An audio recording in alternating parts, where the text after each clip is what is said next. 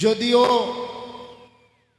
ତାହା କିଛି ଆହୁରି ଅଧିକ ସମୟ ହୋଇଥାନ୍ତା ତାହେଲେ ନିଶ୍ଚିନ୍ତ ଭାବରେ ପ୍ରଭୁଙ୍କର ଗୌରବ ପ୍ରଭୁଙ୍କର ପ୍ରଶଂସା ହୋଇଥାନ୍ତା। କିନ୍ତୁ ଭାଇ ଭଉଣୀମାନେ, ମୁଁ ସାରା ଓଡ଼ିଶା ବହୁ ଜାଗାରେ ପ୍ରଭୁଙ୍କର ଗୌରବ ନିମନ୍ତେ, ପ୍ରଭୁଙ୍କର ମହିମା ନିମନ୍ତେ, ପ୍ରଭୁଙ୍କର ସ୍ତୁତି ବନ୍ଦନା କରିବା ନିମନ୍ତେ ଆମମାନେ ସେବା କରିବା ପାଇଁ ଯାଇଛୁ। କିନ୍ତୁ ସେହି ସେବାରେ ଯେଉଁ ଭାଇମାନେ ସେହି ସଭାରେ ସେହି ପ୍ରାର୍ଥନାରେ ଉପସ୍ଥିତ ଥିବେ, ସେହି ଭାଇମାନେ ଜାଣିବେ, ଜାଣୁଥିବେ ଯେ ପ୍ରଭୁଙ୍କର ଉପସ୍ଥିତି କେମିତି ସେହି ପ୍ରାର୍ଥନା ସଭାରେ ଆସେ। ମୁଁ ସକାଳେ ବି କହୁଥିଲି ଆପଣମାନଙ୍କୁ, ଏତେ ସୁନ୍ଦର ଗହଳି, ଏତେ ସୁନ୍ଦର ଆଡ଼ମ୍ବରରେ, ଏତେ ସୁନ୍ଦର ପରିବେଶରେ ଯଦି ଆମେ କଣ୍ଟିନ୍ୟୁ ଯଦି ବାକ୍ୟ ଈଶ୍ୱରଙ୍କର ନ ଶୁଣିବା ପ୍ରଭୁଙ୍କ ଦାସମାନଙ୍କ ଦେଇ, ତାହେଲେ ଆମେ ଏତେ ବିହଳ, ଏତେ ଖର୍ଚ୍ଚାନ୍ତ ଅର୍ଥରେ ଆମେ ଯାଇଛୁ। ନିଶ୍ଚିନ୍ତ ଭାବରେ ସେ ପ୍ରଭୁ କ୍ଷମା ଦେବେ କି ଆଉ କ'ଣ ଦେବେ ତାହା ମୁଁ କହିପାରି ନାହିଁ। କିନ୍ତୁ ଆମମାନଙ୍କର ଉଦ୍ଦେଶ୍ୟ, ଆମମାନଙ୍କର ଲକ୍ଷ୍ୟ ପ୍ରଭୁଙ୍କ ବାକ୍ୟ ଶୁଣିବା। କାରଣ ଆସନ୍ତା କାଲି କିଏ କେଉଁ ଜାଗାରେ ଥିବେ, କେଉଁ ସ୍ଥାନରେ କିଏ ଥିବେ, କେଉଁ ପରିବେଶରେ ଥିବେ ତାହା ଆମେ ଜାଣିପାରିବା ନାହିଁ। 3 ଦିନ ଏହି ମଣ୍ଡଳୀ ଅର୍ଥ ଖର୍ଚ୍ଚାନ୍ତ କରି ଆପଣମାନଙ୍କୁ ସୁସମାଚାର ପ୍ରଭୁଙ୍କ ଦାସମାନଙ୍କ ମୁଖରୁ ନିଶ୍ଚିନ୍ତ ଶୁଣାଇଛନ୍ତି। ତାହା କେତେ ଦୂର ଆପଣମାନେ ଗ୍ରହଣ କରିଛନ୍ତି ତାହା ତ ସଦା ପ୍ରଭୁଙ୍କର ଗୋଚର ବିଷୟ। ବାକ୍ୟ ବୁଣାଳି ସେ ବାକ୍ୟ ବୁଣିବେ, ବାକ୍ୟ ବୁଣାଳି ସେ ବାକ୍ୟ ବୁଣିବେ, ତାଙ୍କର ଅଧିକାର ଅଛି। କିନ୍ତୁ ବାକ୍ୟ କୋଉ କୋଉ ଜାଗାରେ ପଡୁଛି ସେହି ସମସ୍ତ ବିଷୟ ଆମେ ଅନୁଧ୍ୟାନ କରିବାକୁ ପଡ଼ିବ। ଜଣେ ପ୍ରଭୁଙ୍କ ଦାସ ଯେତେବେଳେ ପୁଲପିଟରେ ଠିଆ ହୋଇ ବାକ୍ୟ ପ୍ରଚାର କରନ୍ତି,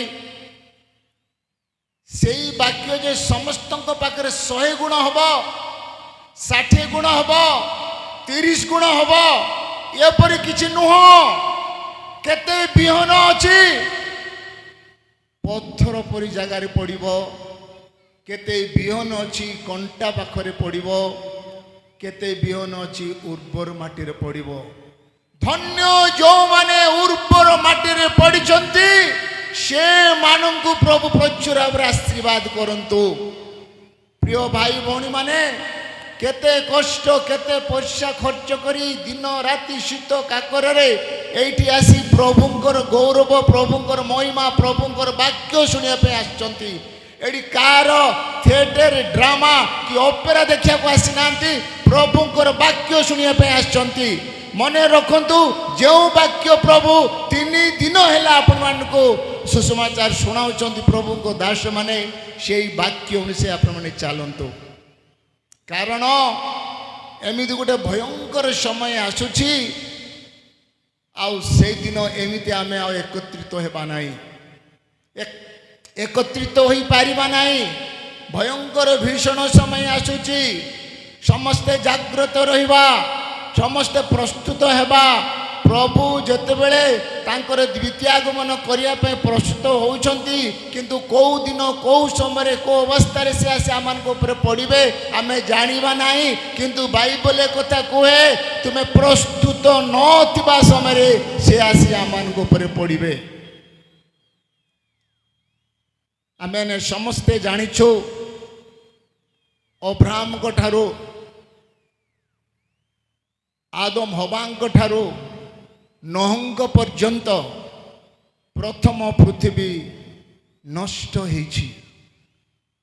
ଯେଉଁ ପରମେଶ୍ୱର ଆପଣା ସାଦୃଶ୍ୟରେ ମନୁଷ୍ୟକୁ ତିଆରି କଲେ, ଯେଉଁ ପରମେଶ୍ୱର ଆପଣା ସାଦୃଶ୍ୟରେ ମନୁଷ୍ୟକୁ ତିଆରି କଲେ, ସେ ଯେତେବେଳେ ବହୁ ସଂଖ୍ୟକ ଲୋକ ସଂଖ୍ୟା ହେଇଗଲେ, ସେତେବେଳେ ପାପ ବଢି ଚାଲିଲା।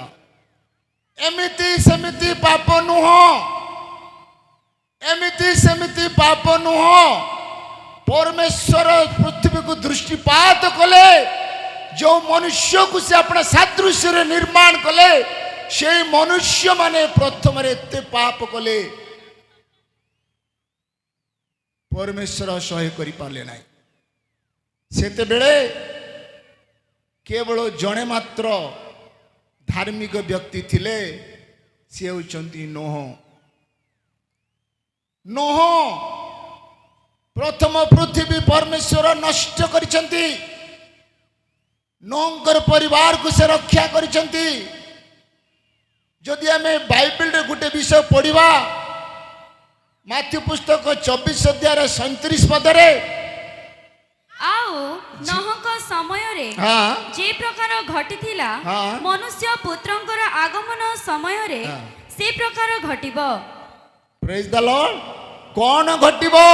ନୋହଙ୍କ ସମୟରେ ଯୋଉ ପ୍ରକାର ଘଟିଥିଲା ମନୁଷ୍ୟ ପୁତ୍ରଙ୍କ ସମୟରେ ଠିକ ସେଇଭଳି ଘଟିବ।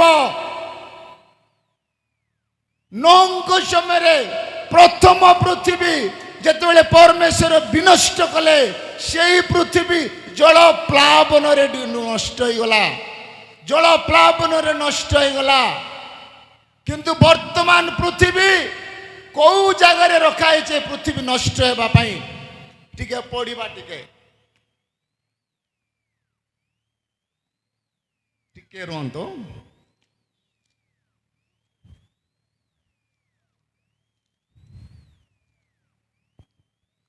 ଦୁଇ ପିତର ତାର 3 ଅଧ୍ୟାୟର 7 ପଦ ପଢନ୍ତୁ। ପୁଣି ଏହି ମନେ ରଖନ୍ତୁ, ଆକାଶମଣ୍ଡଳ ମନେ ରଖନ୍ତୁ, ଡିଷ୍ଟର୍ବ କରିବ ନାହିଁ। ଯାଙ୍କ ପାଖରେ ମାଇକ୍ ଅଛି ସେ ଭଉଣୀ କି ଝିଅ ପଢନ୍ତୁ, ଅନ୍ୟ ଜଣେ ଶୁଣନ୍ତୁ। ପୁଣି ଏହି ବର୍ତ୍ତମାନ ଆକାଶମଣ୍ଡଳ ଓ ପୃଥିବୀ ସେହି ବାକ୍ୟ ଦ୍ୱାରା ଅଧାର୍ମିକ ଲୋକମାନଙ୍କର ବିଚାର ଓ ବିନାଶର ଦିନ ପର୍ଯ୍ୟନ୍ତ ସଞ୍ଚିତ ହୋଇ ଅଗ୍ନି ନିମନ୍ତେ ରଖିତ ହୋଇଅଛି। କୋ ନିମନ୍ତେ ରଖିତ ହୋଇଅଛି? ଅଗ୍ନି ନିମନ୍ତେ ଏ ବର୍ତ୍ତମାନ ପୃଥିବୀ ରଖିତ ହୋଇଅଛି। ପ୍ରଥମ ପୃଥିବୀ ଜଳ ପ୍ଲାବନରେ ନଷ୍ଟ ଗଲା। ସେଇ ଜଳ ପ୍ଲାବନ କରିବା ପୂର୍ବରୁ ନୋହଙ୍କୁ ପରମେଶ୍ୱର ଗୋଟେ ସୁଯୋଗ ଦେଲେ, କାରଣ ସେ ଯାହାଙ୍କୁ ଆତ୍ମା ସାଦୃଶ୍ୟରେ ତିଆରି କରିଥିଲେ ସେମାନଙ୍କୁ ପ୍ରେମ କଲେ। ଏଟଲିଷ୍ଟ ନୋହଙ୍କୁ କହିଲେ ତୁ ଯା, ଆଉ ଥରେ ସେମାନଙ୍କୁ ସୁସମାଚାର ଦେ, ହୁଏତ ମନ ପରିବର୍ତ୍ତନ କରି ଆମ୍ଭ ନିକଟକୁ ଫେରିବେ। ସେତେବେଳେ ଲୋକମାନଙ୍କୁ ପରମେଶ୍ୱର ଥରେ ସୁଯୋଗ ଦେଲେ। ନୋହ ଗଲେ ଗ୍ରାମେ ଗ୍ରାମେ, ନଗରେ ନଗରେ ସେ ପ୍ରଚାର କଲେ, ଭାଇମାନେ ଏ ପ୍ରକାର ପରମେଶ୍ୱର କ୍ରୋଧ କରିଛନ୍ତି ପୃଥିବୀକୁ ବିନାଶ କରିବା ପାଇଁ, ତେଣୁ ତୁମେମାନେ ମନ ପରିବର୍ତ୍ତନ କରି ଆସ, ମନ ପରିବର୍ତ୍ତନ କରି ଆସ। ଯେତେବେଳେ ଏଇ କଥା ଯେତେବେଳେ ନୋହ ପ୍ରଚାର କରୁଥିଲେ, ଲୋକମାନେ କ'ଣ କ'ଣ କରୁଥିଲେ ଦେଖନ୍ତୁ। କ'ଣ କ'ଣ କରୁଥିଲେ? ମା ପଢିଲ 38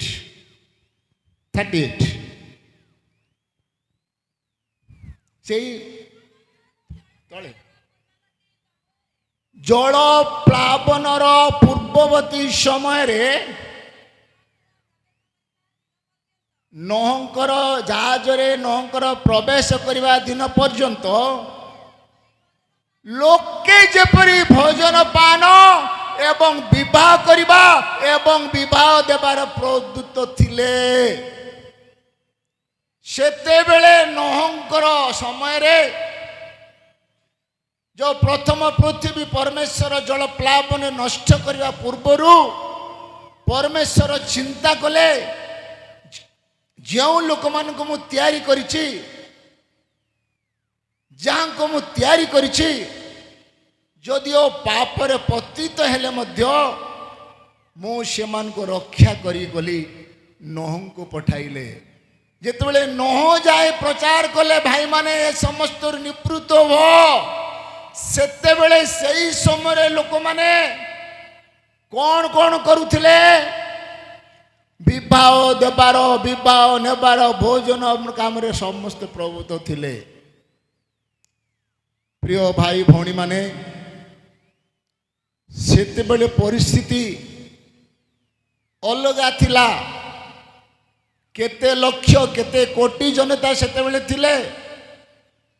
ସେମାନେ ଆରାମରେ ଜଳ ପ୍ଲାବନ ଆସିବା ପର୍ଯ୍ୟନ୍ତ ସେମାନେ ଜାଣିପାରିଲେ ନାହିଁ, ସେମାନେ ଭାସି ଚାଲି ସେ ପୃଥିବୀ ନଷ୍ଟ ହେଲା। କିନ୍ତୁ ସେତେବେଳ ସମୟରେ ନୋହ କେବଳ ରକ୍ଷା ପାଇଥିଲେ।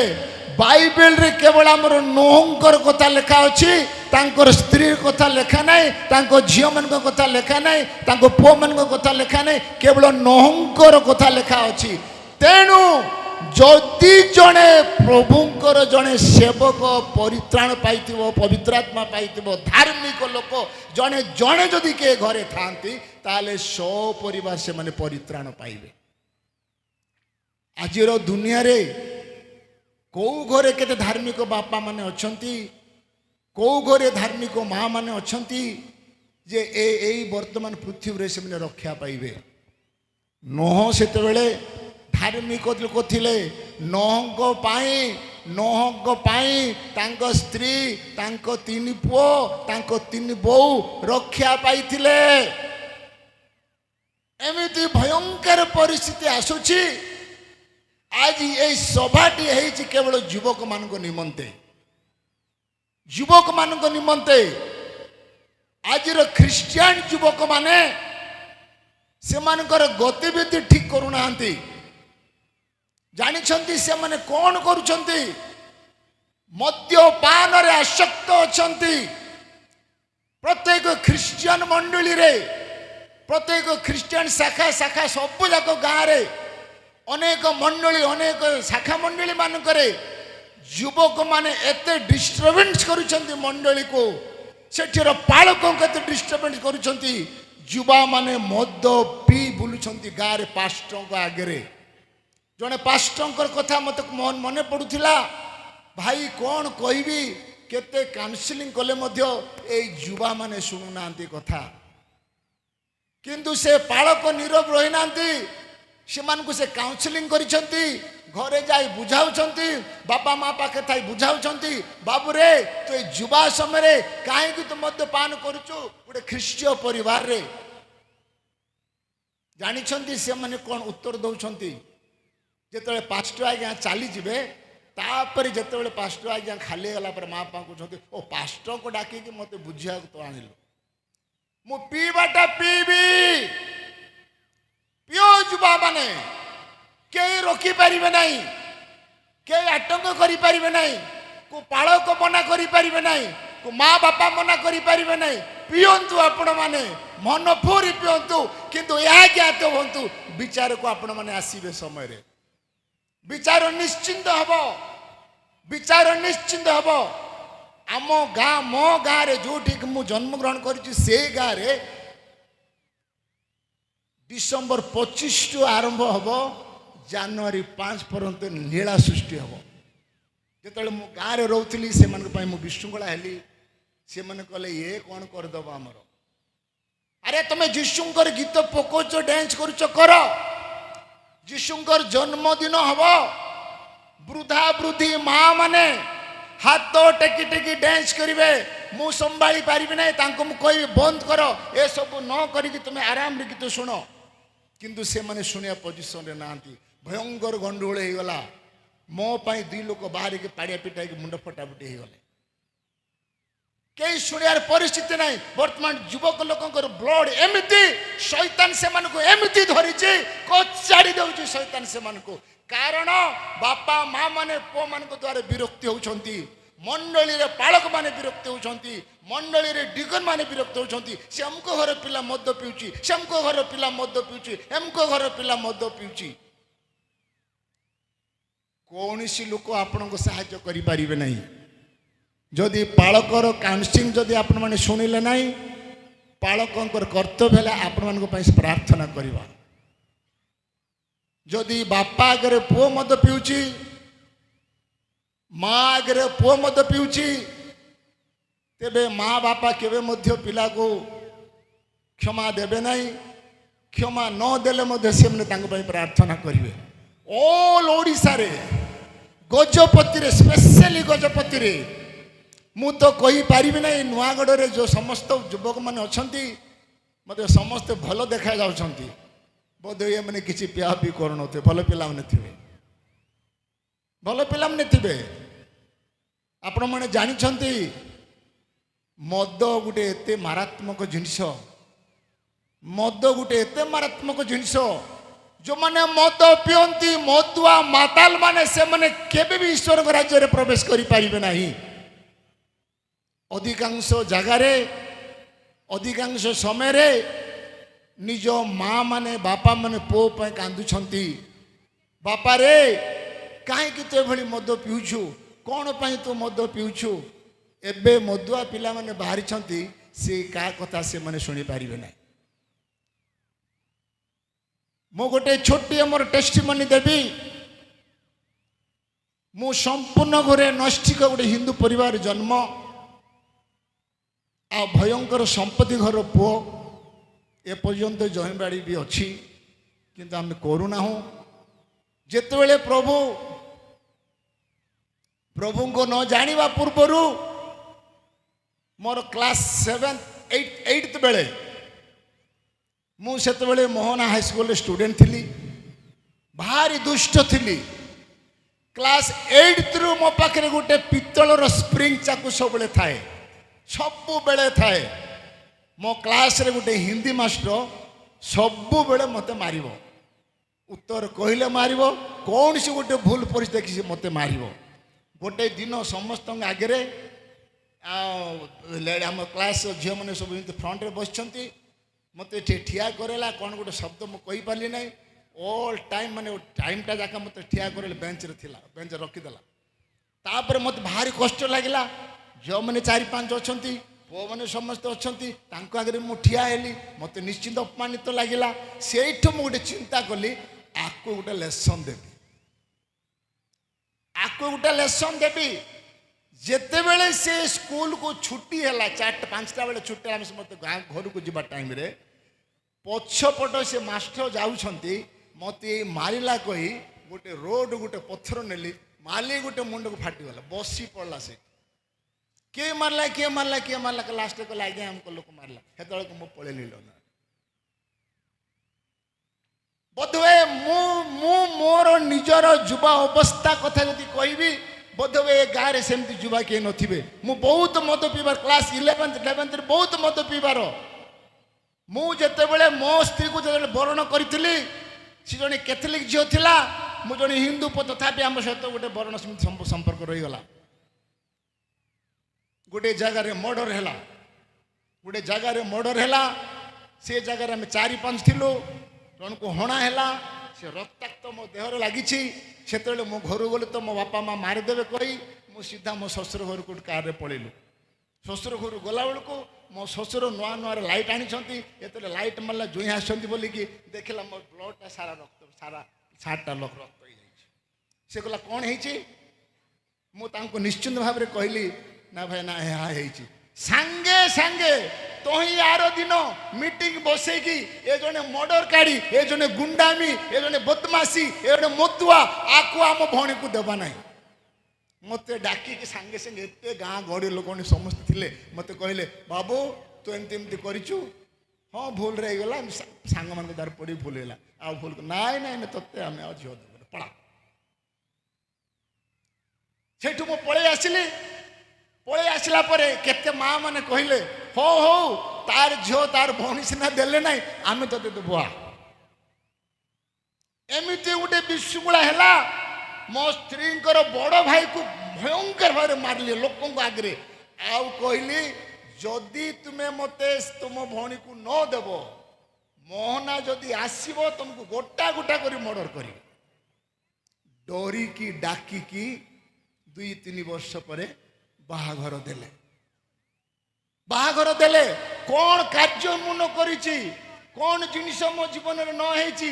ଯୁବା ସମୟରେ ଯେମିତି ଅବସ୍ଥାରେ ମୁଁ ଥିଲି ମୁଁ ଯଦି ଚାଲି ଯାଉଛି ଗୋଟେ ରାସ୍ତାରେ ଯୁବା ଝିଅମାନେ କେବେ ମୋ ସମ୍ମୁଖକୁ ଆସିବେ ନାହିଁ ଲୁଚିକି ସେମାନେ ପଳେଇବେ ଯୋଉ ଦିନ ପ୍ରଭୁ ଯୀଶୁଙ୍କୁ ଜାଣିଲି ସେଇଦିନ ସମସ୍ତ ଜିନିଷ ମୋର ପରିତ୍ୟାଗ ହେଇଗଲା ପ୍ରେଜ୍ ଦ ଲର୍ଡ ହାଲେଲୁୟା ହାଲେଲୁୟା ଖାଲି ପରିବର୍ତ୍ତନ ନାହିଁ ମୁଁ ଜାଣିନଥିଲେ ମୁଁ ଦିନେ ଏପରି ପ୍ରଭୁଙ୍କର ସେବା କରିବି ମୁଁ ଜାଣିନଥିଲି ସାରା ଓଡ଼ିଶାରେ ଅନେକ ଜାଗାରେ ମୁଁ ପ୍ରଭୁଙ୍କ ପାଇଁ ବ୍ୟବହାର ହେବି ମୁଁ ଜାଣିନଥିଲି କିନ୍ତୁ ପ୍ରଭୁ ମୋତେ 86 ମସିହାରେ ପରିବର୍ତ୍ତନ କଲେ 87 ମସିହାରେ ପବିତ୍ର ଆତ୍ମା ଦେଲେ ତାପରେ ମୋତେ ପ୍ରଭୁ ଗୋଟା ଜାଗାରେ ମୋତେ ବ୍ୟବହାର କଲେ ପ୍ରଭୁଙ୍କ ନାମ ଧନ୍ୟବାଦ ହଉ ଆଜି ମୋ ଜୀବନ ଯେମିତି ଥିଲା ଏ ଗାଁର ପିଲାମାନଙ୍କ ଜୀବନ ସେମିତି ନଥିବ ପାଞ୍ଚଟା ମର୍ଡର କେସ୍ରେ ସାମିଲ କୋଉ ପିଲା ଏମିତି ମର୍ଡର କରିଛନ୍ତି ଗାଁରେ ଦେଖାନ୍ତୁ ସେହି ଲୋକ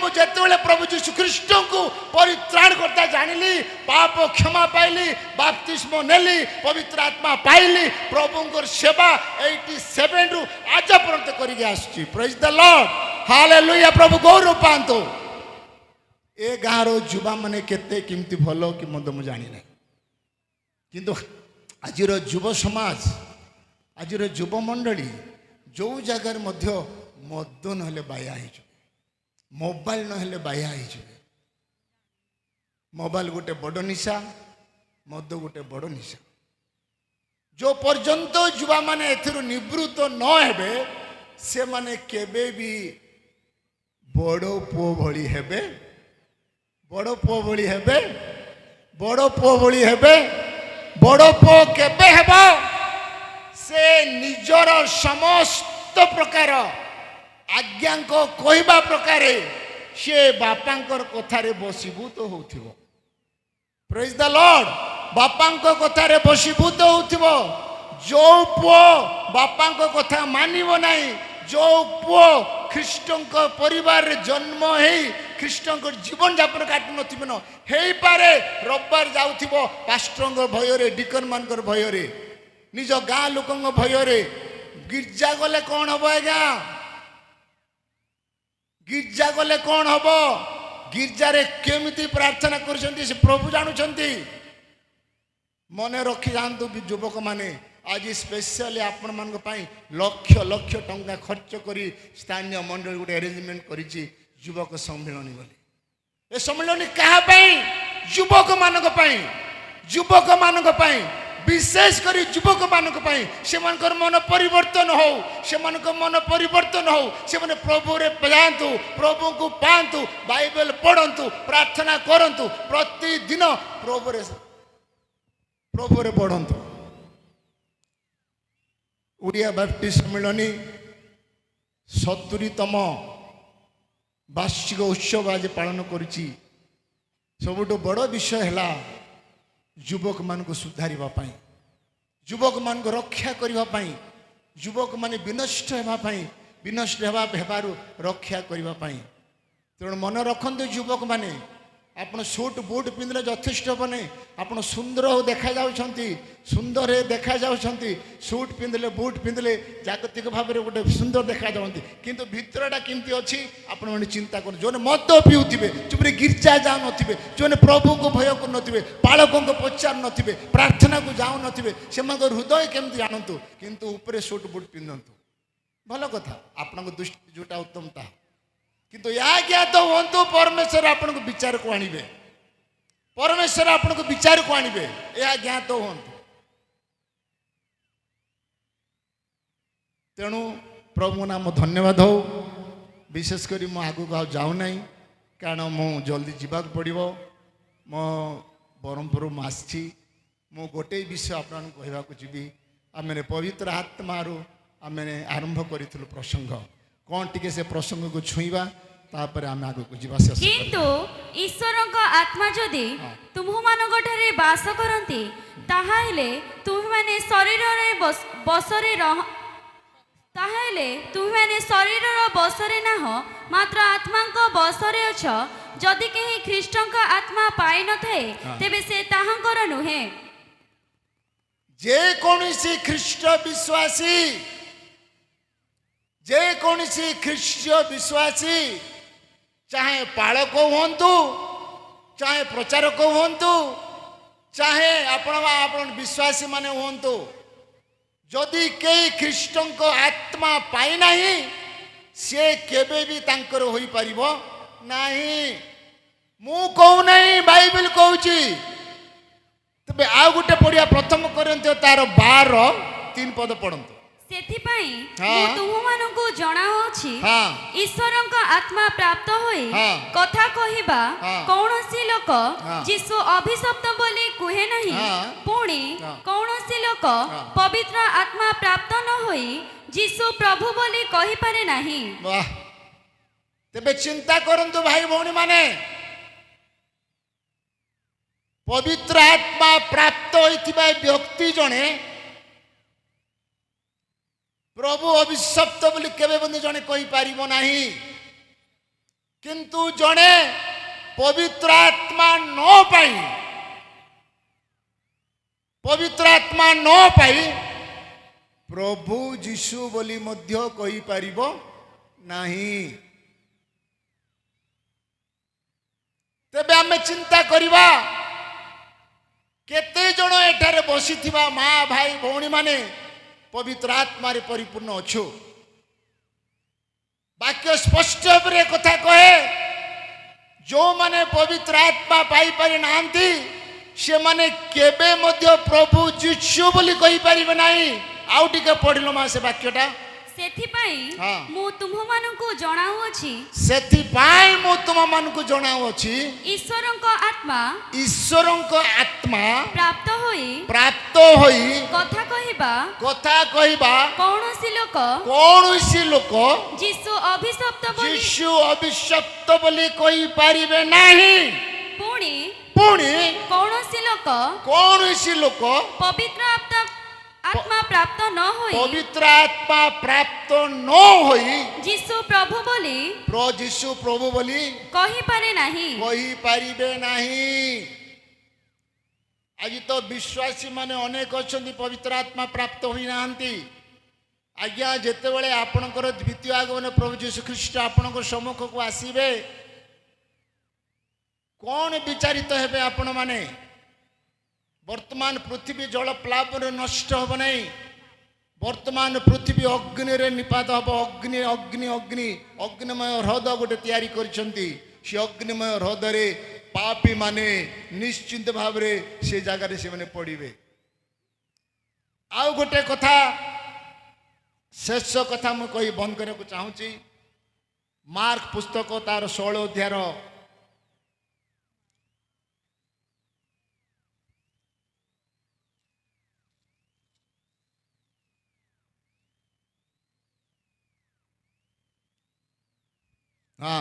ପଢ଼ନ୍ତୁ, 16 ଅଧ୍ୟାୟର 15 ପଢ଼ନ୍ତୁ। ପୁଣି ଯୀଶୁ ସେମାନଙ୍କୁ କହିଲେ, ନାଇଁ ମା 16 15 ପଢ଼।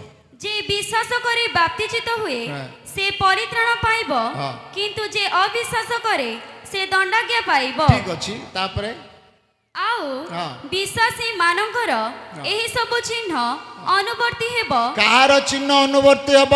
ଆଜ୍ଞା ମାନେ, ଭାଇ ମାନେ, ଭଉଣୀ ମାନେ, ମା ମାନେ, ବିଶ୍ୱାସୀ ମାନଙ୍କର ଚିହ୍ନ।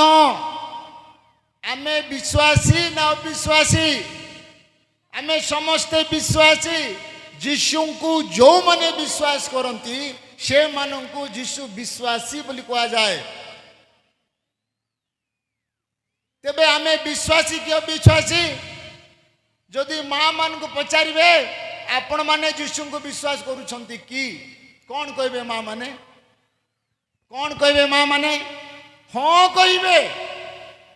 ଯଦି ଆଜ୍ଞା ମାନଙ୍କ ମଧ୍ୟରେ କୁହାଯିବ ଆପଣ ମାନେ ଯୀଶୁଙ୍କୁ ବିଶ୍ୱାସ କରୁଛନ୍ତି ନାହିଁ, ଆଜ୍ଞା ବିଶ୍ୱାସ କରୁଛୁ। ବିଶ୍ୱାସ କଲେ ଯଥେଷ୍ଟ ହେବ ନାହିଁ। ବିଶ୍ୱାସୀ ମାନଙ୍କର ଚିହ୍ନ ଅନୁବର୍ତ୍ତୀ ହେବ।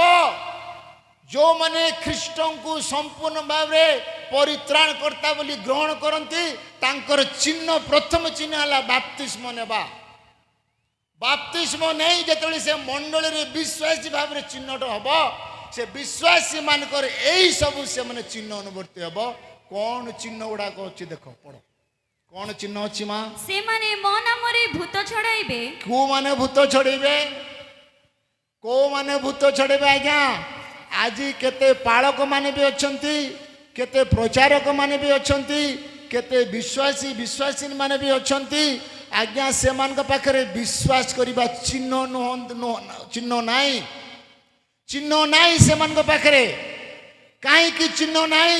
ଯଦିଓ ସେମାନଙ୍କ ପାଖରେ ବିଶ୍ୱାସୀ ରୂପକ ଗୋଟେ ଚିହ୍ନ ଥାନ୍ତା, ସେଇ ଲୋକମାନଙ୍କ ପାଖରେ ଗୋଟେ ଗୋଟେ ଚିହ୍ନ ରହିଥାନ୍ତା। କଣ ସେ ଚିହ୍ନ? ସେମାନେ ମୋ ନାମରେ କଣ ଛଡ଼ାଇବେ? କୋଉମାନଙ୍କର ଅଧିକାର? କାହାର ଅଧିକାର ପ୍ରଭୁ ଦେଲେ? ଜଣେ ଯୀଶୁଙ୍କୁ ବିଶ୍ୱାସ କରୁଥିବାର ଅଧିକାର ହେଉଛି ସେଇମାନେ ଯୀଶୁଙ୍କ ନାମରେ ଭୂତ ଛଡ଼େଇ ପାରିବେ।